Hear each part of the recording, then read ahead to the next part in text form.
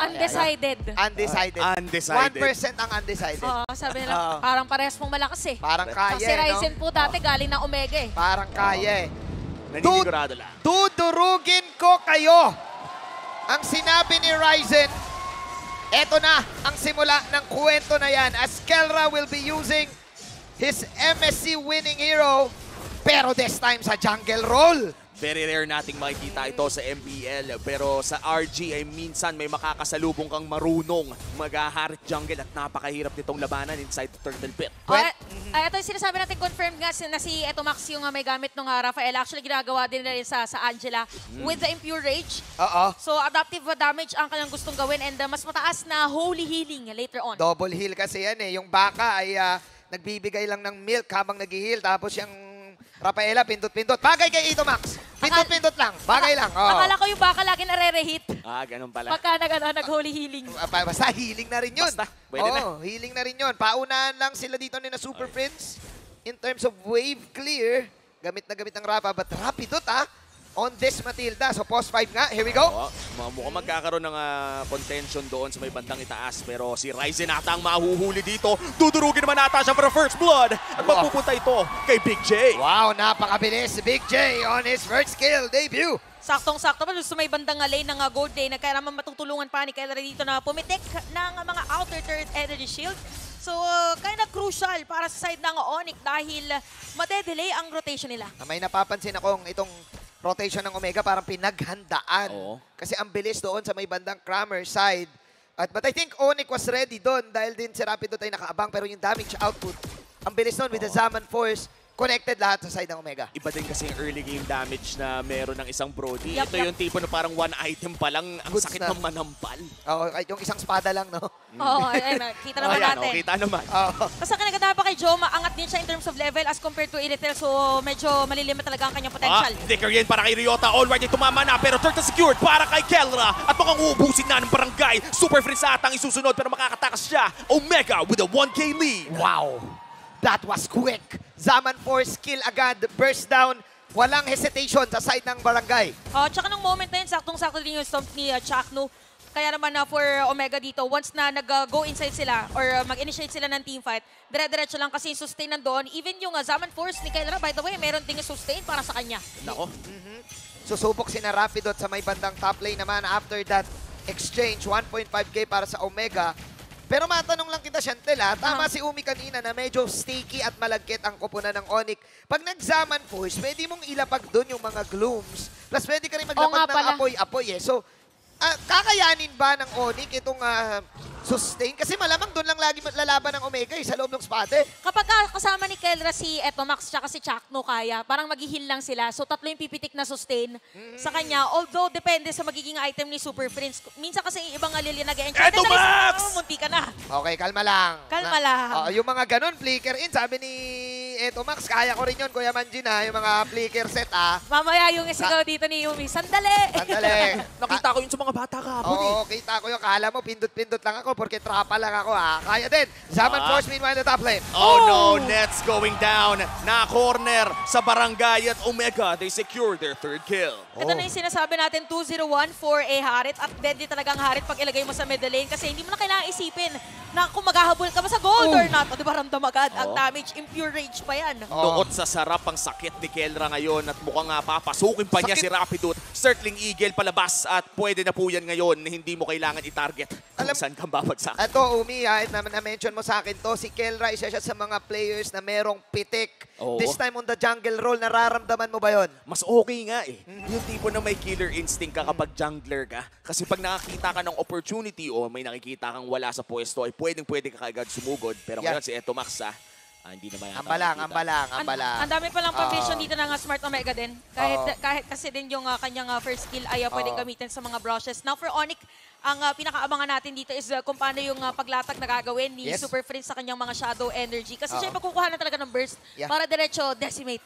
Parang DPS ang habol ng kupunan ng Onyx tapos magsisweep si Ryzen. Wow! But Ryzen is at 0-2. So this time, lumalamang si Kelra. 2K gold lead. Looking at the items, napabili na kagad ng bagong item. O, yan na, yung si- Flask of the Oasis. Oo. May flash na agad dito yung Rafaela. Kaya naman na parang talagang gustong gawin dito ng side ng Omega is bilisan yung kanilang rotation. Oo. I mean, even yung Harit dito, pag hindi niya ginagamit yung mana niya, magre-regen din siya ng 1%. So, tuloy-tuloy lang ang laban. Napakaganda talaga ng ginagawa ng Omega ngayon. No? Yung sustain nasa kanila, kaya naman tuloy-tuloy lang ang laban. Mukhang gold lane naman ata ang kanilang gusto, pero si Ryzen na naman ang kanilang binibigyan. Kinailangan umalis ng Onyx doon sa may top side.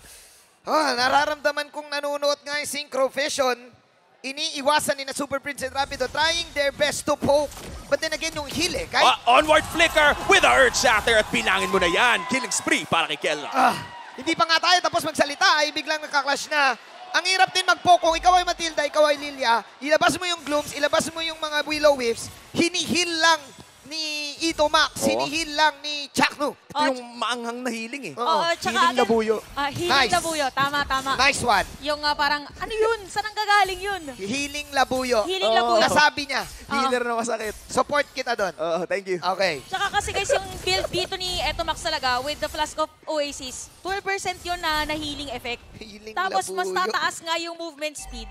At tsaka yung healing effect mo, depending sa magic damage. So, So masakit ka na, mas mataas pa yung heal mo. Mataas. So nakamubo na tayo sa Sakto healing galing. Oo, meron ng healing labo. Healing labuyo na. Oo. Ito yung variant ng healing ng Omega. Medyo masakit. Medyo Oo. masakit. Okay. Tignan natin yung best na kakayanin ng Onyx. Kailangan natin ilagay sarili natin sa Onyx ngayon kasi all throughout the first 6 minutes of the game, it was the rotations of Omega na nananaig. Hindi ganon, hindi biro yung damage ng Onyx dito. May damage si Nets. Kita natin, may Yup. asim din si Nets. And plus, nandito pa si Rapido na hindi pa namamatay. But Ryzen though, 0-3. Paano makaka-sweep to? Naku, mahirap na. Martis to eh. Kailangan niya ng early game eh. Kailangan na talaga mauna yung mga latag dito ng mga Shadow Energy. Yung mga pabomba din. Kailangan na dito ni Super Prince ng ibomba mo play. Kaso, yung healing labuyo, ayan, ginadya bumps niya si Chaknu. Pero medyo makunat yan. Kelra again with another turtle. Ay, grabe. Sa interview, sabi ni Kelra, di ba, sana makaretry ka sa akin at hindi pa nakaka-retry si Ryzen sa kanya sa buong laro ngayon. That is true. 3 turtles na Aray. libre sa side ng Omega. Ayan na. At ayan na nga si Kramata ang kanilang Okay. uunahin pero hindi nila itutuloy. Push lamang sa mid lane ang kanilang gusto pero si Rapidut, Circling Eagle na gamit na niya pero joke lang. Babalik din siya. Pumipik. Yun yung mahirap do pagka Martis sa una ka na aurahan ng kalaban kasi supposedly ikaw magsa-snowball. Tapos ang daming space para ngayon nga kay Jom. So ngayon kailangan gawin ng Onyx is, again yung kanilang magiging investment plan dito is nets. So meron naman silang crowd control later on. Inaantay natin kung magbibuild ba ng Ice Queen Wand dito si Cram and even Super Prince para mapatagal lang yung team fight at makapag-free hit yung Ayan na. kalaban. Grabe Pinasok! naman! Pumopronta! Pero Cram going in with the last insanity pero mukhang babagsak siya. Immortality is popped. Iiwan kaya siya ng kanyang kupunan. At ayan na nga ata makakatakas pa with a flicker pero ang torn apart memory mula kay Joe ang tatapos sa kanya. Pasok ngayon kay Ryota. Grabe ang damage na nagagaling dito sa barangay at sines na ata kanilang isusunod dahil ayan na nga. Pero Torre ang kukuha sa kanya. Pero yung healing labuyo, sakto lang yung linamnam. Ito yung sinasabi nating healing labuyo. Take note guys na 3 turret hits ang sinalo ni Ryota pero dahil napakataas ng heal at hindi na maakyat, buhay pa rin si Ryota. Ito yung anghang na gugustuhin mo pa. Yung Oo. nanana. Oy, teka lang, si Rapidut! Tumama ang torn apart memory. And Omega ngayon, 7,000 ang lamang. Gamit na gamit yung Zaman Force. At gamit na gamit din ang pa-first kill ni Ito Max. Tsaka- Tito Max with a healing. 6 assists this time. At saka kung titignan nyo, almost 7K yung kalamangan dito ng Omega. Parang every time na makakuha kasi sila ng kill, nakukuha pa nila lahat ng resources. Every kill, 1K gold lead ang naipipitik sa kanila. So makikita natin later on, pag nasilip natin yung items, kung anong na nga ba ang sitwasyon ni Kuya Nets ngayon. Kasi parang sinabi natin na siya nga investment plan ay Ayan Hastos and Windtalker. Wala pa yung mga masaketsu. Pero meron na kasing Malefic Roar. Makrits na Alright. yan. Tapos may Blade of Despair pa, si Kuya Jom. So physical attack and penetration, kompleto na. Gaano ka tindi yung critical ni Nets para tumagos dito sa healing labuyo? Parang medyo mahirap. Kailangan niya ng katulong. Kailangan may extra proc ng mga sago-sago na binabato ni Friends. and maging yung true damage ni Cram sa laban na to. But I think Omega calculated yung pagsaman force eh. Hindi sila umaasim. Doon lang talaga sila nagsistay sa loob ng spada na yun. Oo. Parang yun yung pinaka-arena nila. Parang ready natin yung round 1 fight. Ito round 2 fight. Halata sa Omega na pre-practice nila itong lineup na ito. Here we go. Kelra kamuntikan ng mamatay pero makakasaman force palayo. May onting putok na. May onting putok na. Nararamdaman na natin na kumakapit yung mga bubbles. Kumahagod na yung putok. Kumahagod yung mga bubbles sa binabato. Parang sili ba yung binabato ni ano? Parang Hindi, ayan ang si Ryota. Bumato ng dalawa pero mukhang hindi tatama ang Minoan Fury pero makakatore sila. 3-man knockup na naggagaling to kay Chakto at sinasata ang kanilang uunahin. Makakatakas naman siya pero Lord ata ang tutunawin ng Onyx. Mid lane ang call ng Omega with a 9k gold lead. Itutuloy ba nila ang push o lilipat na sila? Mukhang lilipat muna sa may bandang itaas. Grabe, 7-0 laban natin. Almost 11-minute game time. And for Omega, alam kasi nila yung strength ng kanilang composition. Sabi natin, ikot lang na ikot. O yan, umikot na rin si Cram. Pero wala pa rin damage. At mukhang ihil lang yan lahat ni Ito Max at magsistay ang Omega ngayon. No kills pa rin sa side ng Onyx.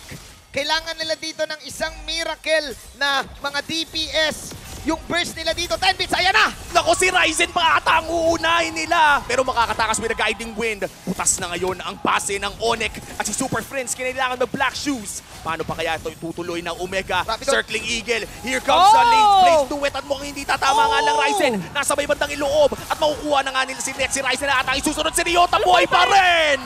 Mega kill para kay Kelra. This is the debut game ni Kelra para sa kanyang jungle role. And the OMG will go and take game number 1. This winning moment is brought to you by our official sponsor, FWD Life Insurance.